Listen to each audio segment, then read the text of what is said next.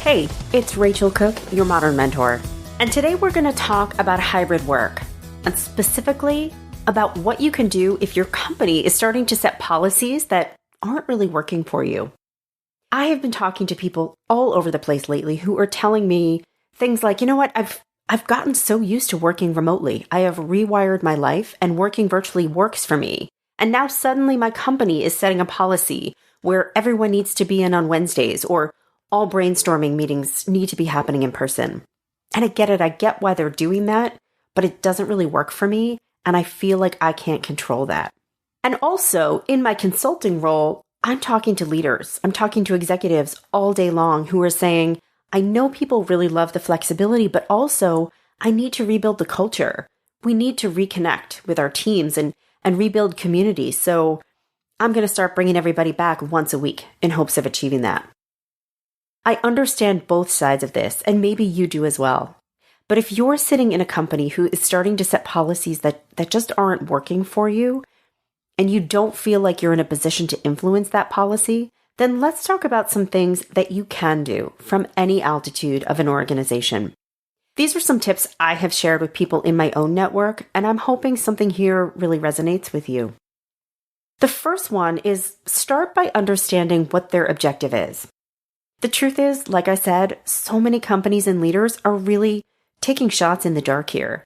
They don't know what the right answer is. They're just trying to try something. So bringing everybody in on Wednesdays feels like a great place to start. So if you ask, hey, what's the purpose of this? They may stare at you blankly and say, I don't know. I just thought reconnecting people might feel nice.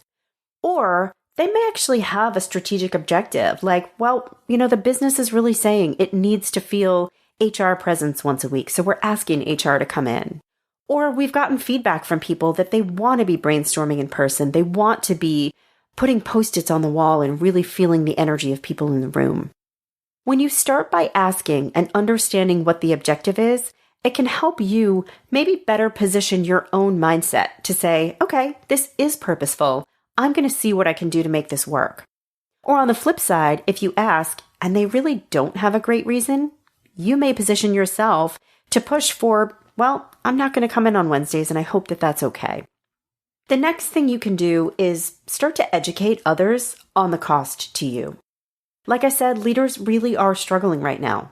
They're doing their best to make the best decisions they can, but it doesn't mean they're always making the best decisions. They don't have all the information, all the data, and there is no playbook for this. So start with an assumption of positive intent. Don't assume they're just trying to be political or bureaucratic. Assume that they mean well. But make sure that they understand on the flip side that this is a pain point for you. Right? You may be a working parent who doesn't have childcare at the moment, or you may be somebody who's a little bit older and dealing with elder care of a parent. You may live 2 hours from the office. You may have moved to a different state, or you may be really leaning into self-care and taking yoga every day. And that's really important right now. So without being combative, just make sure that a decision maker understands why this may be a bit of a hardship and a challenge. You may earn yourself a little bit of empathy and a little bit of grace. Next, imagine a compromise and volunteer to take it on. So your leader is trying to achieve something, right? Like team cohesion or availability to the business. You don't like the every Wednesday policy, but can you compromise somewhere? What can you offer in return? And how might you help bring it to life?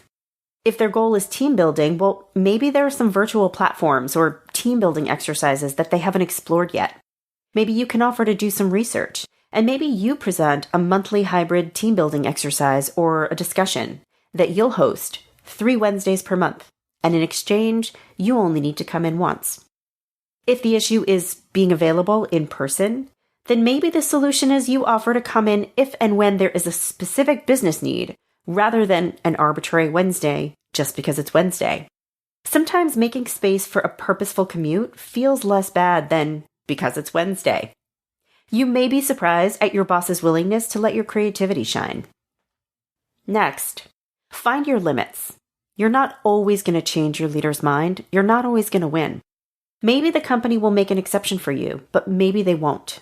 I know that sounds like a harsh message, but you might need to decide whether you're in or out. So can you make it work? Are you willing to make it work? Can you make it work on a trial basis? Is searching for a new job an option for you right now? Also, keep in mind, companies are having a really hard time holding on to talent right now. So if ever there was a moment for you to step up and hold the line and say, you know what? Every Wednesday just doesn't work for me. So I need an exception or I need to go. That moment is now. You just need to be ready for them to possibly say, okay, bye. Wish you good luck.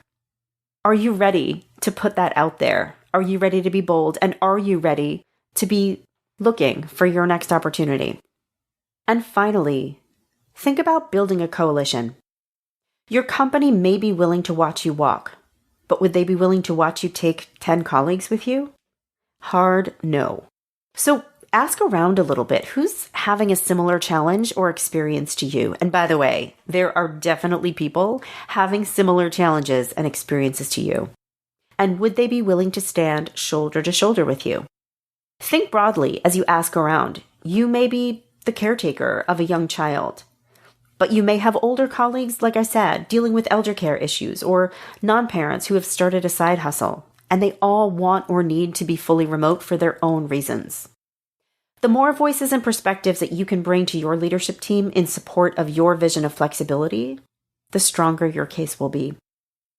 I know that these points aren't perfect, and I know you still may be sitting in a place of frustration, but I hope that you take these as a means of thinking creatively about how can I make peace with my situation, or how can I empower myself to be part of a change.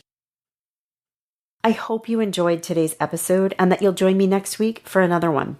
Until then, you can follow Modern Mentor on Apple Podcasts or Spotify or wherever you listen to podcasts. Check out my website at leadabovenoise.com or follow me on the Modern Mentor podcast page on LinkedIn. Thanks so much for listening and have a successful week. Modern Mentor is a quick and dirty tips podcast. It's audio engineered by Dan Farabend with script editing by Adam Cecil. Our podcasting and advertising operations specialist is Morgan Christensen. Our marketing and publicity assistant is Davina Tomlin. And our intern is Brendan Pika. The Quick and Dirty Tips Network is a division of Macmillan Publishers.